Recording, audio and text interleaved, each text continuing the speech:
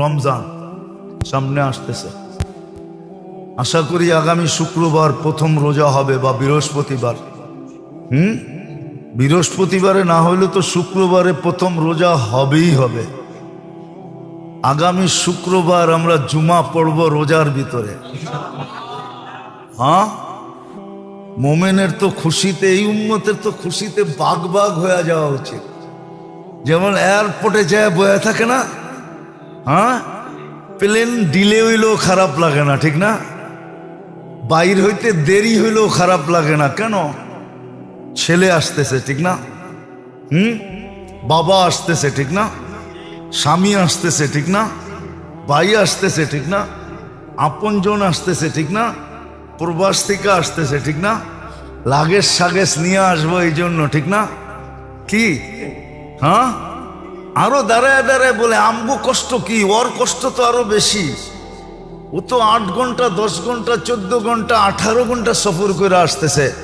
হায়, ওর কষ্ট জানি কত হইতেছে।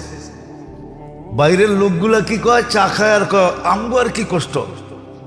আমরা তো দেশের ভিতরে থেকেই এয়ারপোর্টে দাঁড়ায় আছি, ঠিক না? হয়তো 14 ঘন্টা, আমেরিকাতে আসতে হলে 18 19 21 ঘন্টা লাগে। বরং ওর দুঃখের আলোচনা করতে থাকে, ঠিক না? আর এয়ারপোর্টে কি করতে থাকে? অপেক্ষা করতে থাকে, ঠিক না? আমরাও যদি রমজান বসতাম তাহলে অপেক্ষা করতাম। কসম, এই উম্মত তো রমজান বোঝে নাই। আমরাও আপনাদেরকে বুঝাইতে পারি নাই। আমাদের কাছেও বুঝানোর মতো ভাষা নাই, বুঝানোর মতো টেকনিক নাই, বুঝানোর মতো টেকনিক আমাদের কাছে নাই। হয়তো যদি আল্লাহ দিতেন ইন্না মিনাল বায়ান ইলা সাহরা, এটা যদি দিতেন। ছিল, এরকম লোক ছিল।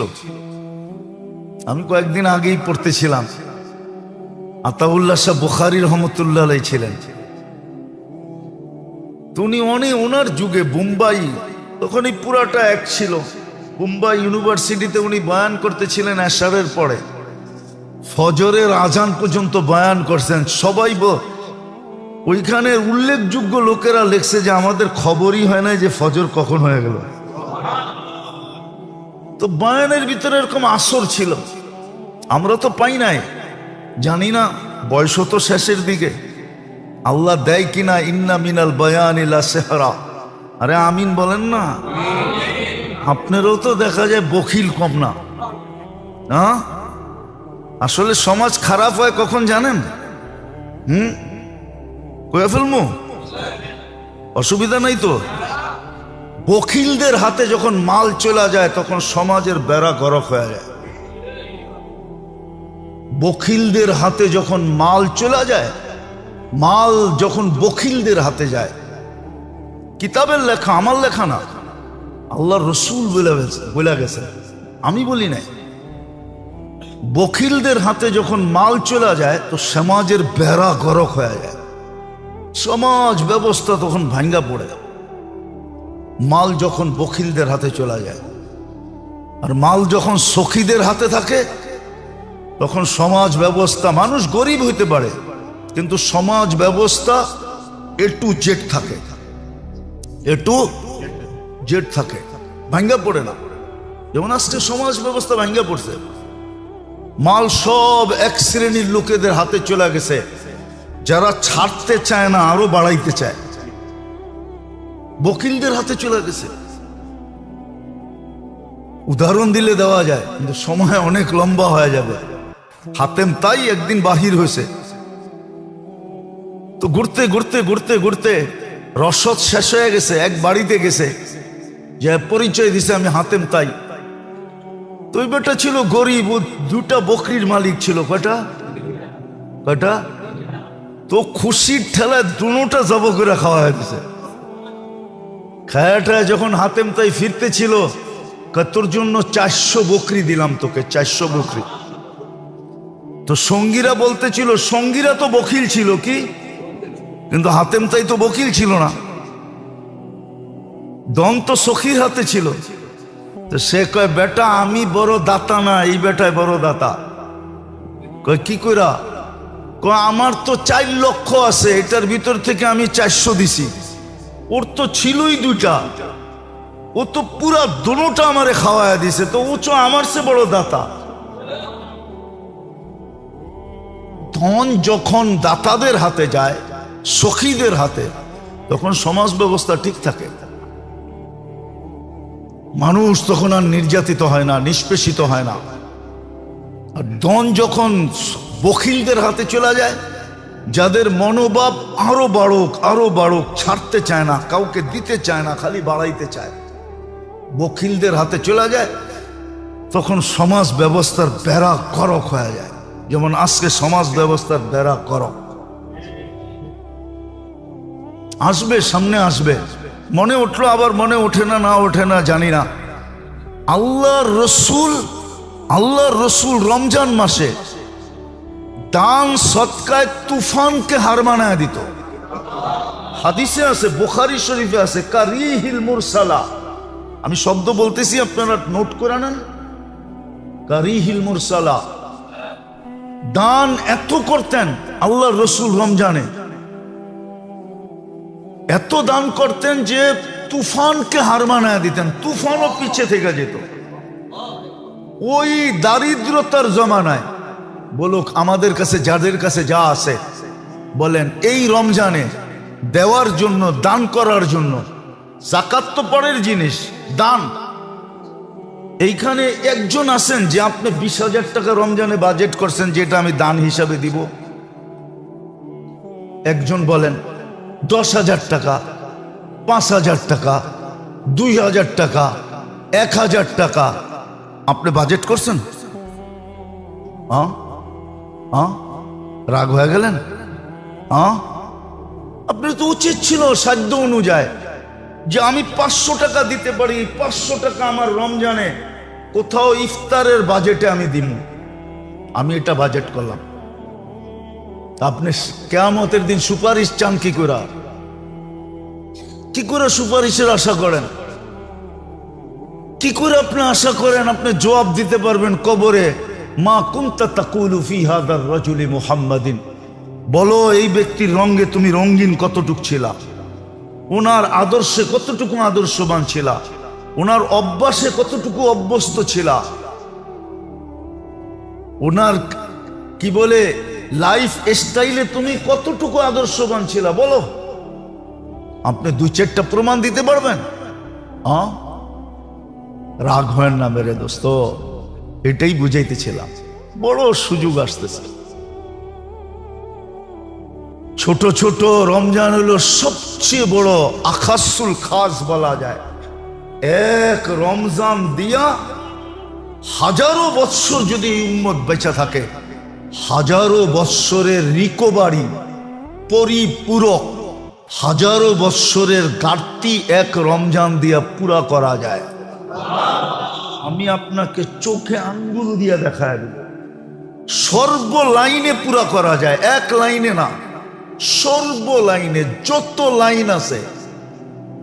একটা মানুষের ইসলামিক দিক দিয়া বন্দেগি, এবাদত বন্দেগির দিক দিয়া যতগুলা লাইন আছে, সমস্ত লাইন আপনি পুরা করতে পারবেন একটা রমজান দিয়া, যদিও আপনি হাজারো বৎসর বেঁচে থাকেন।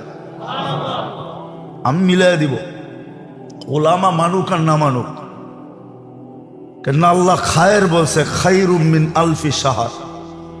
আর খায়ের ব্যাপারে আল্লাহ নিজে বলছে, ওয়ালি খায়রি লা নিহায়া, আমার মঙ্গলের কোনো সীমা রেখা নাই। কিন্তু আপনি বাজেট করছেন, আপনি প্রস্তুতি নিতেছেন। মুআসাসাতের সহযোগিতা, সহমর্মিতার মাস তো আসতেছে। কে কে নিয়ত করছে যে আমি সহমর্মিতা দেখাবো, সহযোগিতা, সহমর্মিতা দেখাবো? কোন মালিক নিয়ত করে ফেলছে যে এইবার আমি চাকরের সাথে, কর্মচারীর সাথে সহমর্মিতা দেখাবো,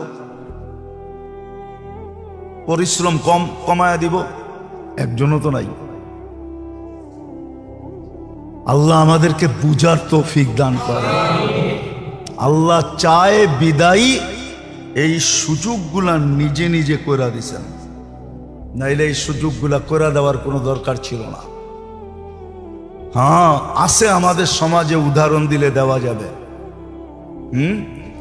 গার ধাক্কা দিয়া বাহির করে দিয়া বলে তোরটা তুই কইরা খা, তোরটা তুই নাই এরকম উদাহরণ?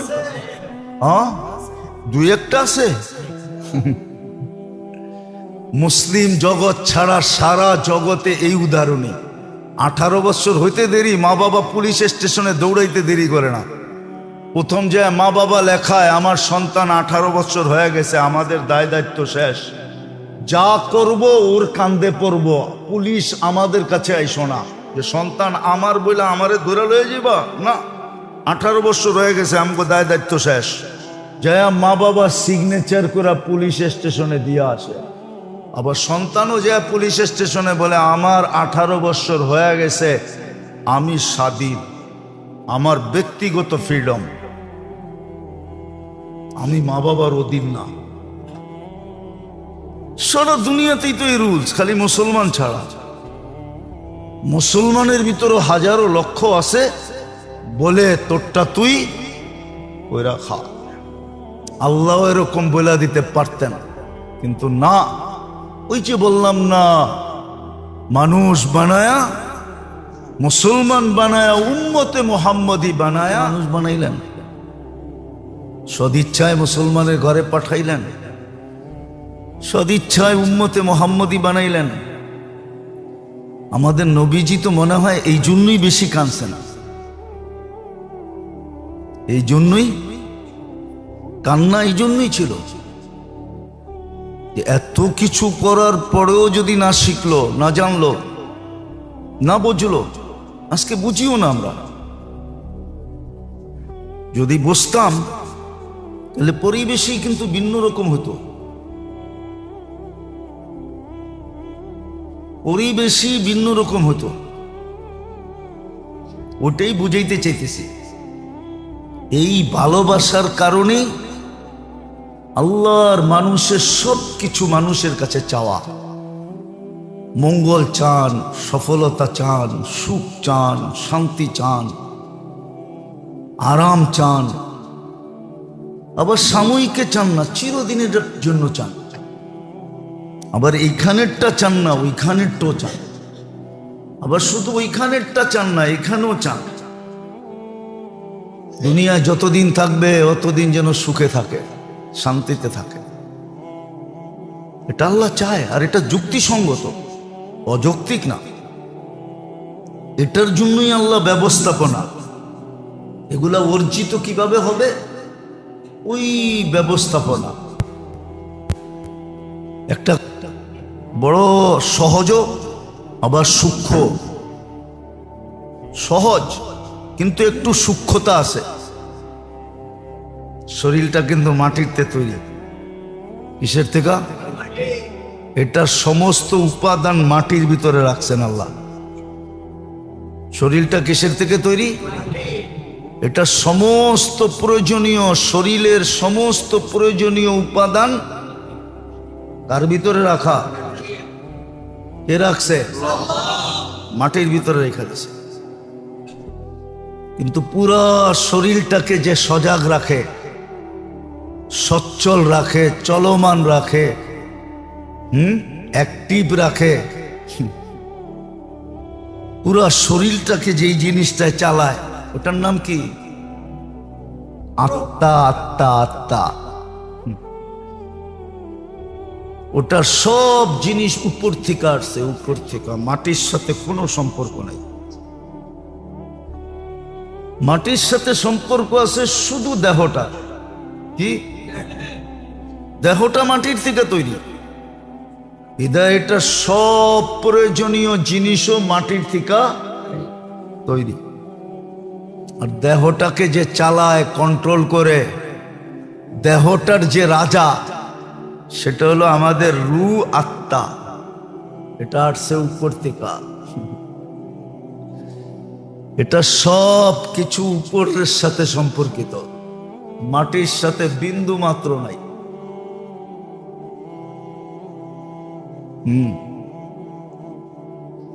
রাজা যেমন, প্রজা তেমন হয়।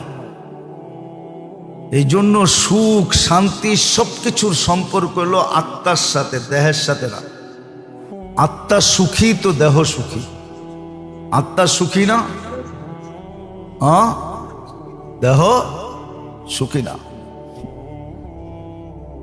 আত্মা সুখী তো দেহ। আত্মা চলে গেলে দেহের কোনো দাম থাকে না। আত্মা চলে গেলে দেহের কোনো দাম নাই।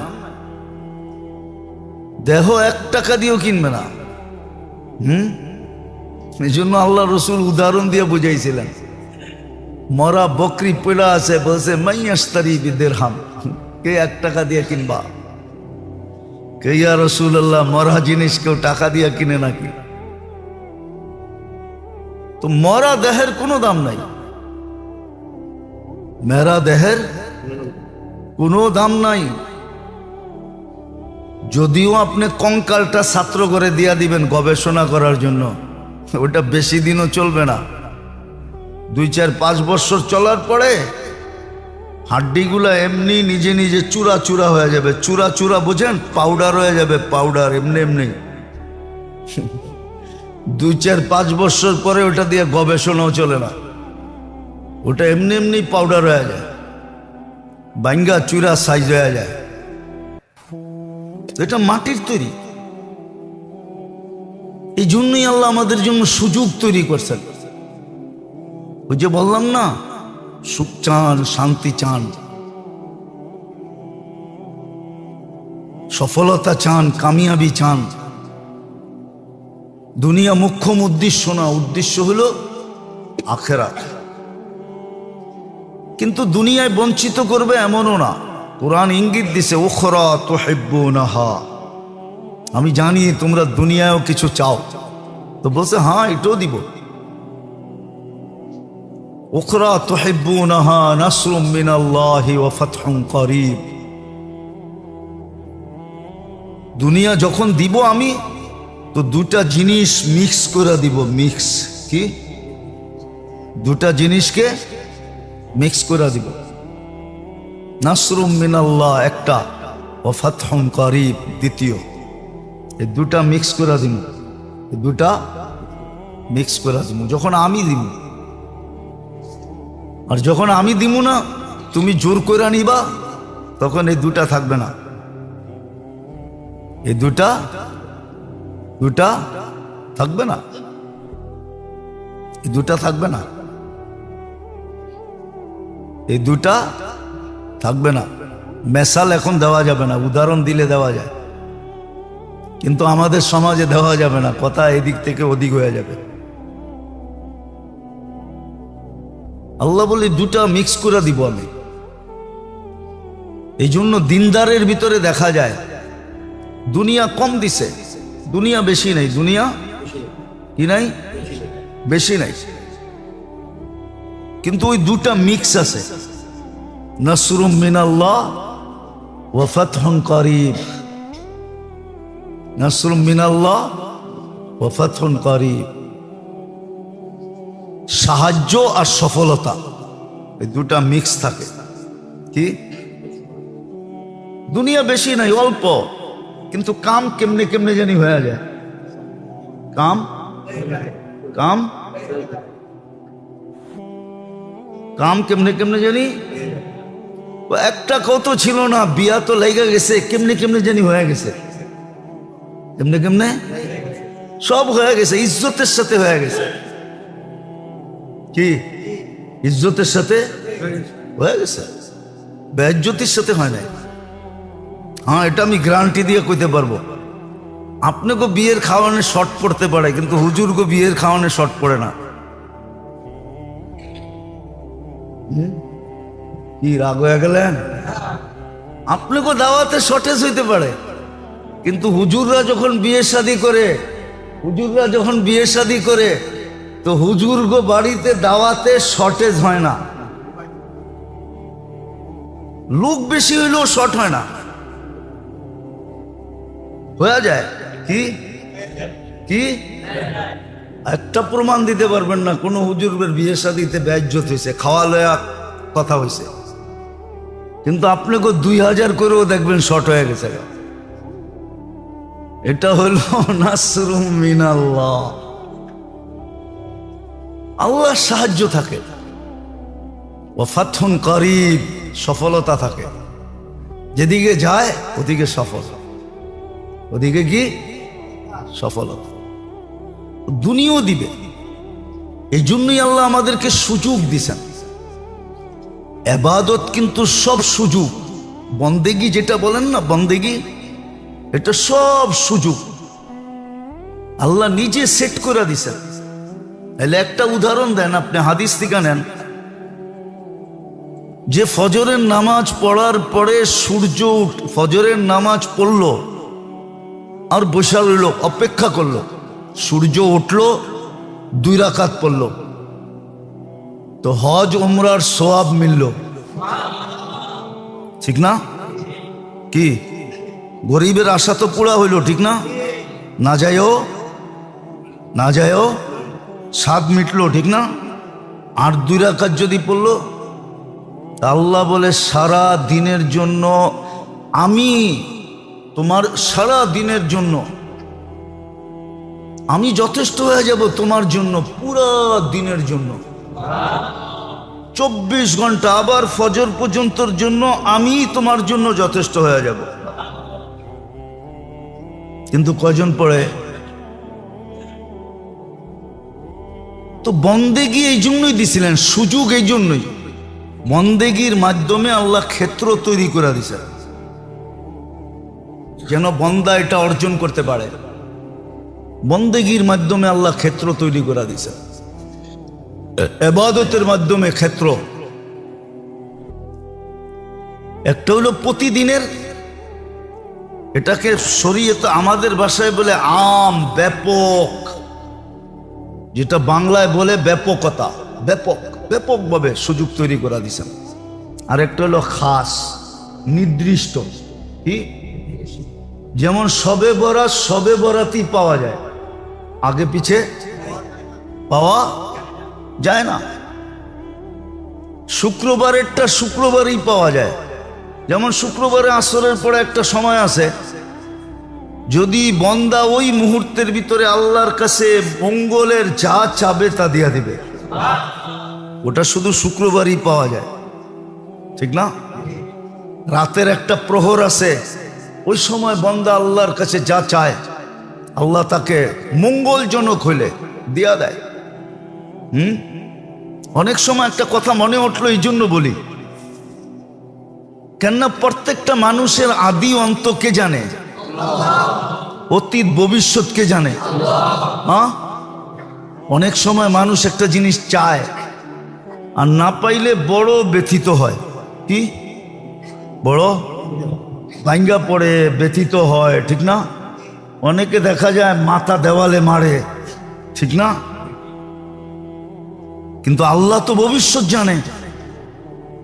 আল্লাহ ভাবে যে যদি দিয়া দিলাম ওর জন্য সামনে বিপদ হবে, এই জন্য দেয় না।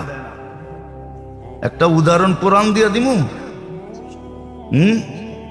খিজির আলাইহিস ইসলামের সাথে মুসা আলাইহিস ইসলাম যখন খিজির আলাইহিস ইসলামের সাথে যাইতেছিলেন, তো একটা ছোট বাচ্চাদের সাথে খেলতেছিল, তো খিজির আলাইহিস ইসলাম ওই বাচ্চাটাকে ধরা ঘাড় মটকায়া মেরা ফেলছে। তো মুসা আলাইহিস ইসলাম জিজ্ঞাসা করছে, আকাতালতা নাফসান বিগাইরি নাফসিন, কাতালতা নাফসান, কোরআন তো ভুল পড়তেছি না তো, বিগাইরি নাফসিন লাকাদ জিতা শাইআন ইমরা, এটা কি করলা? ও তো কাউরে মারেও নাই, চিমটিও দেয় না, তুমি ওরে মেরে ফেললা কেন? তো মুসা আলাইহিস ইসলাম, খিজির আলাইহিস ইসলাম বলতেছিল যে ভুল 3টা মানা যায়, 4টা মানা যায় না, 3টা পুরো হয়ে গেছে, তুমি আমার সাথে চলতে পারবে না, কিন্তু বইলা দেই কেন করলাম। ওয়া কানা আবুহুমা সালিহা, কানা আবুহুমা সালিহা। আয়াত জানি কিরকম, ফাখাশিনা আইয়ুরহিকাহুমা তুগয়ানা ওয়া কুফরা। এদের মা বাবা নেককার, কিন্তু এই ছেলে অদূর ভবিষ্যতে যদি বড় হয় তা এমন কাজে লিপ্ত হবে যে মা বাবা পর্যন্ত ছেলের মহব্বতের কারণে হতে পারে বিপদের সম্মুখীন হবে, এমনও হতে পারে ইসলাম ছেড়েও দিতে পারে। এই জন্য বাচ্চাকেও বাঁচায় দিলাম, মা বাবাকেও বাঁচায় দিলাম। অনেক সময় অনেক নেয়ামত আমরা চাই, কিন্তু না পাইলে বড় বড় বড় শুধু আফসোস না, ব্যথা লাগে, ঠিক না? আল্লাহ দিল না কি লেগা, একবারে দ্বার প্রান্তে নিয়ে ধাক্কা দিয়া দিল, কারণটা কি? হতে পারে এর ভিতরে কোনো খায়ের আছে, যে সামনে যায় হইতে পারে আমার জন্য বিরাট বড় বিপদ হইতে পারে। যেরকম কোরআনে প্রমাণ আছে, কোরআনে প্রমাণ আছে, আল্লাহর হিকমত আছে এটার ভিতরে। তো আল্লাহ আমাদের মঙ্গল চান, আল্লাহ আমাদের সুখ চান, শান্তি চান, সফলতা চান, কামিয়াবি চান, ইহ জগতেও চান ও পরজগতেও চান, আর চিরদিনের জন্য চান। আর চাওয়ারও কারণ আছে, কেননা আল্লাহ তো নিজেই আমাদেরকে মানুষ বানাইছেন, নিজেই মুসলমানের ঘরে জন্ম দিছেন, নিজেই উম্মতে মুহাম্মদী বানায়া আমাদের সাথে ইশকের বন্ধনে আবদ্ধ হয়ে গেছেন। এই জন্য ব্যাপকভাবেও দিছেন 24 ঘন্টার ইবাদত গুলা, এগুলো সুযোগ, আবার বিশেষ বিশেষ সময়গুলো সুযোগ।